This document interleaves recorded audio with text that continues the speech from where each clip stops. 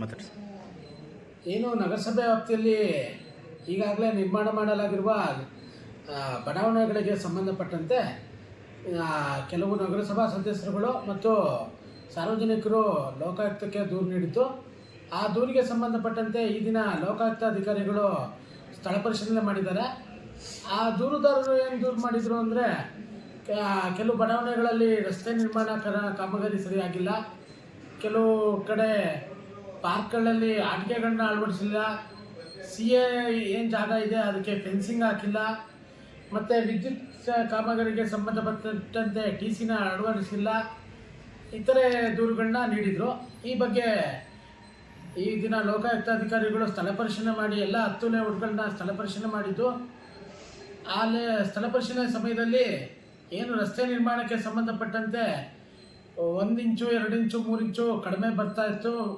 ಎಲ್ಲದೂ ಅಲ್ಲ, ಕೆಲವು ಕಡೆ ರಸ್ತೆಗಳ ನಿರ್ಮಾಣಕ್ಕೆ ಸಂಬಂಧಪಟ್ಟಂತೆ ಅಗಲಕ್ಕೆ ಸಂಬಂಧಪಟ್ಟಂತೆ ಒಂದು 2 ಇಂಚು 3 ಇಂಚು ಕಡಿಮೆ ಬರ್ತಾ ಇತ್ತು.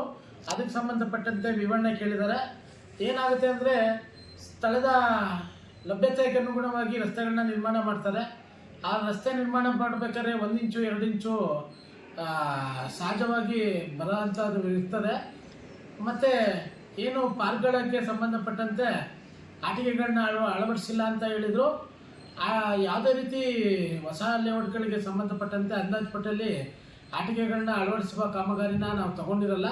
ಸೊ ಹಂಗಾಗಿ ಯಾವುದೇ ಹೊಸ ಬಡಾವಣೆಗಳಲ್ಲಿ ಆಟಿಕೆಗಳನ್ನ ಅಳವಡಿಸಿರುವುದಿಲ್ಲ. ಮತ್ತು CA ಜಾಗಕ್ಕೆ ಸಂಬಂಧಪಟ್ಟಂತೆ ಫೆನ್ಸಿಂಗ್ ಹಾಕಿಲ್ಲ ಅಂತ ಹೇಳ್ತಾ ಇದ್ದಾರೆ. ಯಾವುದೇ ಅಂದಾಜು ಪಟ್ಟಿಯಲ್ಲಿ ನಾವು CA ಜಾಗಕ್ಕೆ ಫೆನ್ಸಿಂಗ್ನ ಅಳವಡಿಸೋಕೆ ಅವಕಾಶ ಇರುವುದಿಲ್ಲ. ಮತ್ತು ವಿದ್ಯುತ್ ಸಂಬಂಧಪಟ್ಟಂತೆ ಏನು TCಗಳನ್ನ ಅಳವಡಿಸಿಲ್ಲ ಅಂತ ದೂರು ನೀಡಿದರು. ಈಗಾಗಲೇ ಎಲ್ಲ ಬಡಾವಣೆ ಮಾಲೀಕರುಗಳು KEBಯಿಂದ NOC ತಗೊಂಡಿದ್ದಾರೆ. KEBಗೆ TC ಅಳವಡಿಸೋಕೆ ಸಂಬಂಧಪಟ್ಟಂತೆ ಏನು ಸರ್ಕಾರ ನಿಗದಿಪಡಿಸಿತ್ತು ಆ ಅಮೌಂಟ್ನ ಸಹ ಪಾವತಿ ಮಾಡಿದ್ದಾರೆ. ಯಾವುದೇ ಬಡಾವಣೆಯಲ್ಲಿ ಒಂದು ಹೊಸ ಮನೆ ನಿರ್ಮಾಣ ಆದಮೇಲೆ ಅಲ್ಲಿಗೆ ವಿದ್ಯುತ್ ಸರಬರಾಜು ಮಾಡೋದು KEB ಅವ್ರದ್ದು ಕೆಲಸ ಆಗಿರ್ತದೆ. KEB ಅವರಿಗೆ ನಾನು ಮನೆ ನಿರ್ಮಾಣ ಮಾಡಿದ್ದೀನಿ, ನನಗೆ ಕರೆಂಟ್ ಕನೆಕ್ಷನ್ ಕೊಡಿ ಅಂದರೆ ಅವರು TC ಅಳವಡಿಸಿ ಕರೆಂಟ್ ಕಲೆಕ್ಷನ್ ಕೊಡ್ತಾರೆ. ಅದರಿಂದ ಈಗಾಗಲೇ ಅವರು ಹಣನ ಪಾವತಿ ಮಾಡಿರ್ತಾರೆ. ಮತ್ತು ಡಾಂಬರೀಕರಣ ಕಾಮಗಾರಿ ಸರಿ ಇಲ್ಲ ಅಂತ ಹೇಳ್ತಿದ್ದಾರೆ. ಈಗಾಗಲೇ ಕಾಮಗಾರಿ ಏನು ಬಡಾವಣೆಗಳ ನಿರ್ಮಾಣ ಮಾಡಿ 4ರಿಂದ 5 ವರ್ಷಗಳಾಗಿದೆ. ಯಾವುದೇ ಒಂದು ಡಾಂಬರೀಕರಣ ಚೆನ್ನಾಗಿ ಬರಬೇಕು ಅಂದರೆ ಯಾವಾಗಲೂ ಆ ಡಾಂಬರೀಕರಣ ರಸ್ತೆ ಮೇಲೆ ವೆಹಿಕಲ್ ಮೂವ್ಮೆಂಟ್ ಇರಬೇಕು. ಈಗಾಗಲೇ ಎಲ್ಲ ಬಡಾವಣೆಗಳಲ್ಲೇ ಪರಿಶೀಲನೆ ಮಾಡಿದಂಗೆ ಯಾವುದೇ ಬಡಾವಣೆಗಳಲ್ಲಿ ಯಾವುದೇ ರೀತಿ ಮನೆ ನಿರ್ಮಾಣ ಕಾರ್ಯ ಪ್ರಾರಂಭ ಆಗಿಲ್ಲ, ಯಾವುದೇ ರೀತಿ ವೆಹಿಕಲ್ ಮೂವ್ಮೆಂಟ್ ಆಗದಲ್ಲೇ ಇರೋದ್ರಿಂದ ಡಾಂಬರೀಕರಣ ಸ್ವಲ್ಪ ಹಾಳಾಗಿರೋದು ಕಂಡು ಬರ್ತಾ ಇದೆ. ಆದರೆ ಕಳಪೆ ಅಂತ ಹೇಳೋಕ್ಕಾಗಲ್ಲ, ಯಾಕೆಂದರೆ ನಿರ್ಮಾಣ ಮಾಡಿ 5-6 ವರ್ಷ ಆಗೋಗಿದೆ, 4ರಿಂದ 5 ವರ್ಷ ಆಗೋಗಿದೆ, ಯಾವುದೇ ವೆಹಿಕಲ್ ಮೂವ್ಮೆಂಟ್ ಆಗಿಲ್ಲ. ಹಂಗಾಗಿ ಸ್ವಲ್ಪ ಡಾಂಬರೀಕರಣ ಇದಾಗಿರ್ತದೆ. ಇನ್ನು ಯಾವುದೇ ರೀತಿ ಅಲ್ಲಿ ವ್ಯತಿರಿಕ್ತವಾಗಿ ಏನು ದೂರುದಾರರು ಏನು ಅಪ್ಲಿಕೇಶನ್ ಕೊಟ್ಟಿದ್ರು ಅದರಷ್ಟು ಅಲ್ಲಿ ಕಂಡು ಬಂದಿಲ್ಲ. ಮುಂದಿನ ದಿನಗಳಲ್ಲಿ ಲೋಕಾಯುಕ್ತ ಅಧಿಕಾರಿಗಳು ಏನು ರಿಪೋರ್ಟ್ ಕೊಡ್ತಾರೆ, ಆ ರಿಪೋರ್ಟಿಗೆ ನಾವು ಏನು ಕ್ರಮ ತಗೊಂಡಿದ್ದೀವಿ ಮತ್ತು ನಗರಸಭೆಯಿಂದ ಯಾವುದೇ ರೀತಿ ಸಾರ್ವಜನಿಕರಿಗಾಗಲಿ ಮತ್ತು ನಗರಸಭೆಗಾಗಿ ಯಾವುದೇ ರೀತಿ ಆರ್ಥಿಕ ಹೊಣೆ ಆಗದಂತೆ ಲೇಔಟ್ ಮಾಲೀಕರುಗಳಿಂದ ಏನು ಸಣ್ಣ ಪುಟ್ಟ ಲೋಪಗಳನ್ನ ಸರಿಪಡಿಸೋಕ್ಕಾಗದೇ ಇಲ್ಲ, ಆ ಲೋಪಗಳನ್ನ ನಾವು ನಗರಸಭೆಯಿಂದ ಮಾಡೋವಂಥ ಉದ್ದೇಶದಿಂದ ಎಲ್ಲ ಲೇಔಟ್ ಮಾಲೀಕರುಗಳಿಂದ 37 ಲಕ್ಷ ರೂಪಾಯಿಗಳನ್ನ ಈಗಾಗಲೇ ನಾವು ನಗರಸಭೆಗೆ ಪಾವತಿ ಮಾಡ್ಕೊಂಡಿದ್ದೀವಿ. ಆ ಅಮೌಂಟಲ್ಲಿ ಅಲ್ಲಿ ಏನಾದರೂ ನಾಗರಿಕರ ಮನೆ ನಿರ್ಮಾಣ ಮಾಡಿದ್ಮೇಲೆ ಯಾವುದೇ ರೀತಿ ಸಣ್ಣ ಪುಟ್ಟ ವ್ಯತ್ಯಾಸಗಳಿದ್ರೆ ಅದನ್ನು ನಗರಸಭೆಯಿಂದ ಮಾಡಿಕೊಡ್ತೀವಿ. ಈ ಬಗ್ಗೆ ನಗರಸಭಾ ಸಾಮಾನ್ಯ ಸಭೆಯಲ್ಲೂ ಸಹ ಇದೇ ತೀರ್ಮಾನ ಆಗಿದೆ. ಈ ಲೇಔಟ್ ಸಂಬಂಧಪಟ್ಟಂತೆ ಏನು ಗೊಂದಲಗಳಿದೆ ಆ ಗೊಂದಲಗಳನ್ನ ಈಗಿನ ಲೋಕಾಯುಕ್ತ ಅಧಿಕಾರಿಗಳು ಭೇಟಿ ಮಾಡಿದ ಮೇಲೆ ಸ್ವಲ್ಪ ಪರಿಹಾರ ಆಗ್ತು ಅಂತ ಸಾರ್ವಜನಿಕರು ಅನ್ಕೋತೀನಿ. ಯಾಕೆಂದರೆ ಲೋಕಾಯುಕ್ತದಲ್ಲಿದೆ ಅದು ಸರಿ ಇಲ್ಲ ಅಂತ ಒಂದು ಭಾವನೆಯಲ್ಲಿದ್ದರು ಸಾರ್ವಜನಿಕರು.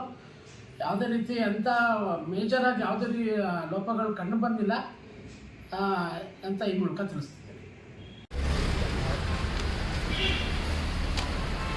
ಯಾವ ಫಂಕ್ಷನ್ ಆಜ್ ಖುಷಿ ಇದು 1.5 ಎಕರೆ 1 ಎಕರೆ 10 ಗುಂಟೆ. ಎಷ್ಟು ಸೈಟ್ಗಳಿದ್ದಾವೆ ಇದರಲ್ಲಿ?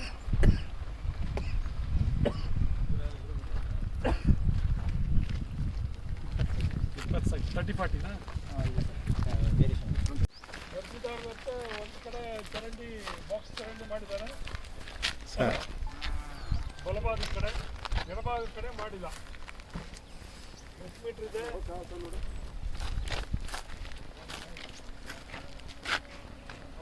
12 ಮೀಟ್ರ್ ತೋರಿಸಿದ್ದು. 12 ಮೀಟ್ರ್ ತೋರಿಸಿದ್ರು.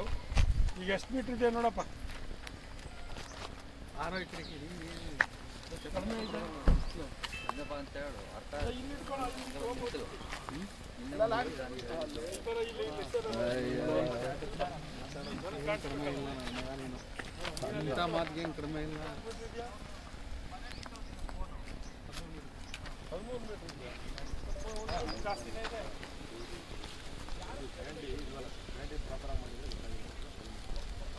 ಚರಂಡಿ ಎಲ್ಲಿ ಬಂದು ಅಲ್ಲಿಗೆ ಹಿಡಿತೀವಿ.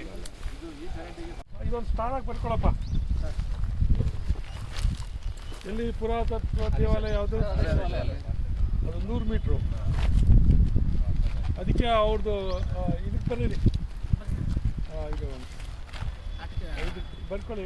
ಇದು ಆರ್ಕಿಯಾಲಜಿಕಲ್ ಸರ್ವೆ ಆಫ್ ಇಂಡಿಯಾ ಬರ್ಬಿಟ್ಟು ಅದರಲ್ಲಿ ಇದೆಯಾ ಏನು, ಇದು ಪ್ರೈಬಿಟ್ರಿ ಝೋನು, ಬಫರ್ ಝೋನು ಅಂತ ಇರ್ತದೆ 100 ಮೀಟರ್ಸ್ ವ್ಯಾಪ್ತಿಯಲ್ಲಿ. ಅದನ್ನು ತೊಗೊಂಡು ಇದರಲ್ಲಿ NOC ನಿಮ್ಗೇನಾರು ಬಂದಿದೆಯಾ ಏನು ಅಂತ ಅವರಿಂದ ಕ್ಲಾರಿಫಿಕೇಶನ್ ನೀವು ಕೊಡಬೇಕು.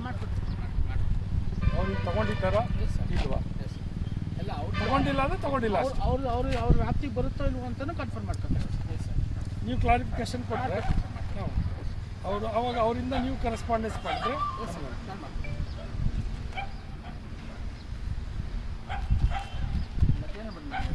ಆಯಿತು. ಇದು ಮುಗೀತು.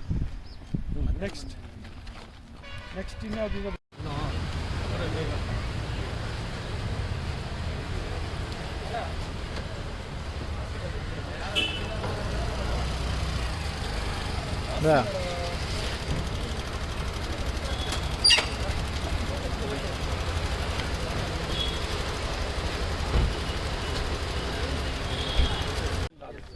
ಅದನ್ನು ತಗೊಂಡು ಮಾಡಿ ಕ್ಲಾರಿಫಿಕೇಶನ್ ಮಾಡಿ.